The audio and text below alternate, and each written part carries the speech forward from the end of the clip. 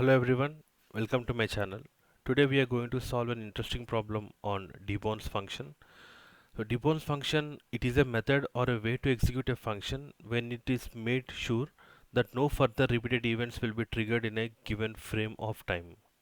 So for example, if we take a real-time example of this, so whenever we are searching in any e-commerce website or any website which has a search functionality, so if you see very keenly and go to networks tab and start typing in the search functions, so we don't get whatever we type, we don't call it on the fly and get the results back very fastly.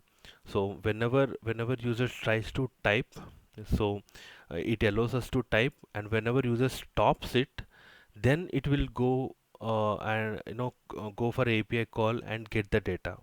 So let us try that in practical way. So what I'm here, I can search for any movie, and it will give me some suggestions like what are all the movies you're trying to search. So now I want to search for Avengers. So what I'll do is I will start with AVE, and then I will stop typing.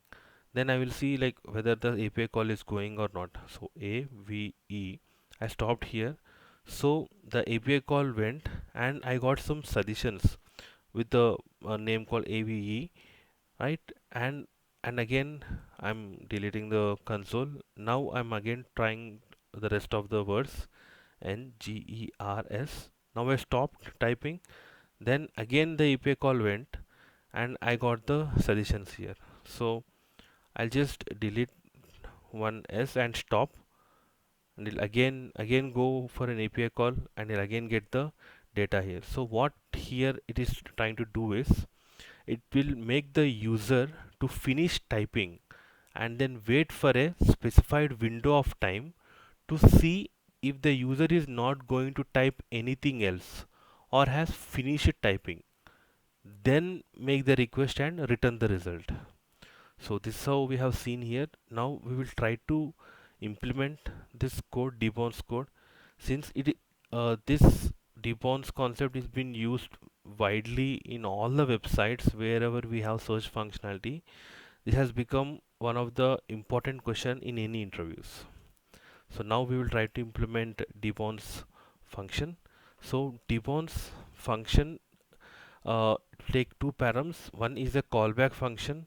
We will be returning one more function here. Hence the debounce has become a higher order function. So we'll be returning one function, and with a delay, like how much delay we are expecting, like 100 milliseconds or 500 milliseconds, it will be given dynamically. It will work like that. So before that, we need to take one variable. It's called a timer ID, and now I will return a function with some arguments, and here since I need to call this callback after some delay, I will use a set timeout here. And I will assign this timer ID. I will tell you why I have assigned this timer ID to set timeout. So set timeout. This here the delay will go, and here callback will go with some arguments. So what we have done, we have written a set timeout, and we have assigned this timer ID and callback, and whatever delay coming, we will put the delay in the milliseconds. So before calling this function, we need to make this as empty. So that's why we need to use a clear timeout timer ID. We need to make this as null or undefined. So this we need to clear this timeout, and again freshly we will start one more callback here. So here it is almost done, but we may get some issues with the things called context. So what is meant by context?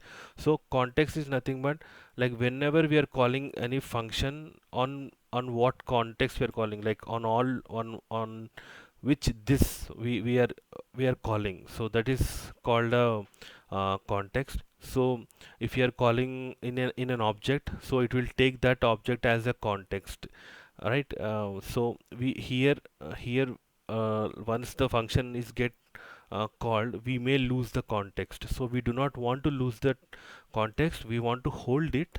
So that's why we in the JavaScript we are having call, apply and bind. So in this use case we can use call or apply. So I am using apply. Why, I will tell you. So apply will take two parameters. Apply will take two parameters. First is the context and the second is args. So apply will take two parameters. First is this and the other is a argument that will be an array. So it will pass all the arguments in an array. So that's why we have taken apply. We can even use a call also. We can use a call also. So there is no problem in that. So now we have completed the debounce function. Now we will test it with some by console logging the names and all. So for the first thing we need to write a simple callback function. So I'm just writing one simple callback function like console names and name here. Okay, this is function console name and I'm just printing the name here. So let me drag it debounce, see debounce of this console name and delay of 500 milliseconds.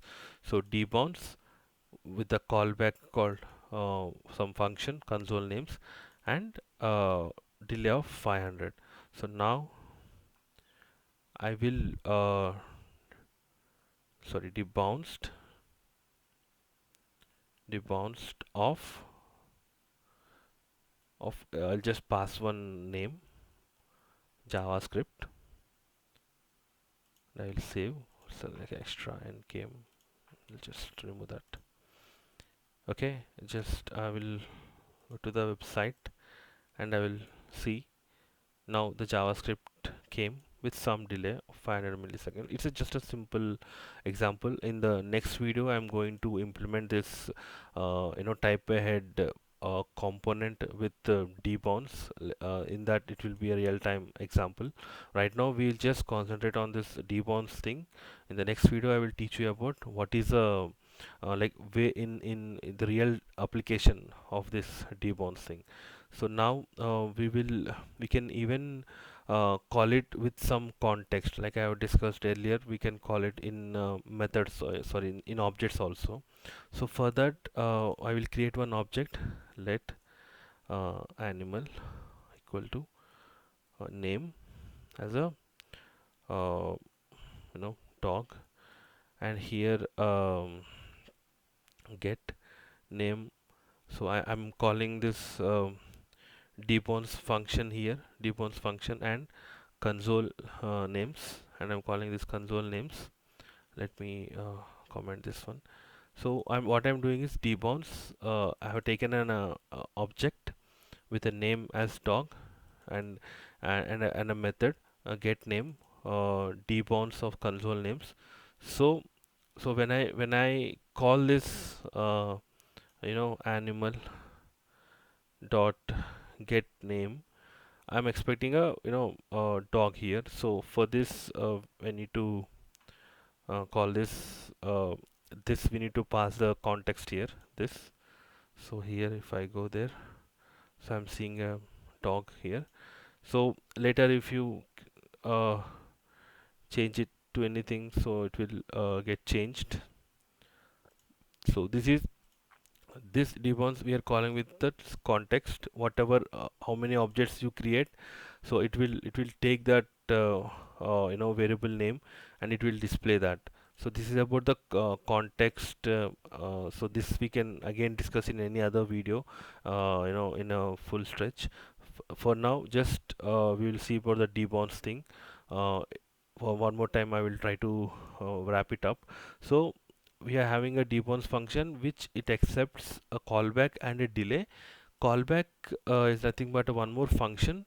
So and delay is a milliseconds, like whether it may be 100 or 200 milliseconds after that delay we need to execute the method. So I have taken timer ID here.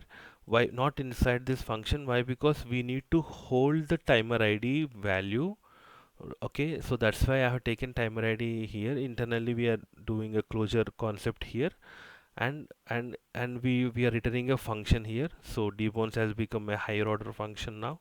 So and before executing that, we are just clearing out our time so that there will be no hiccups. So again I'm assigning timer ID, set timeout, and I'm calling the function with the context, calling this function with the context by using apply, and I'm passing my arguments as an array. So once I'll pass this, when I try to call my debounce function with debounce function with the higher order functions like console names and delay, so I will be getting those things, and if I do it with the objects, we'll be getting those names as well. So this is about the debounce. In the next video we will see about debounce real-time use case by going with the type ahead search. Yeah, that's it for this video. Thanks for watching. Bye.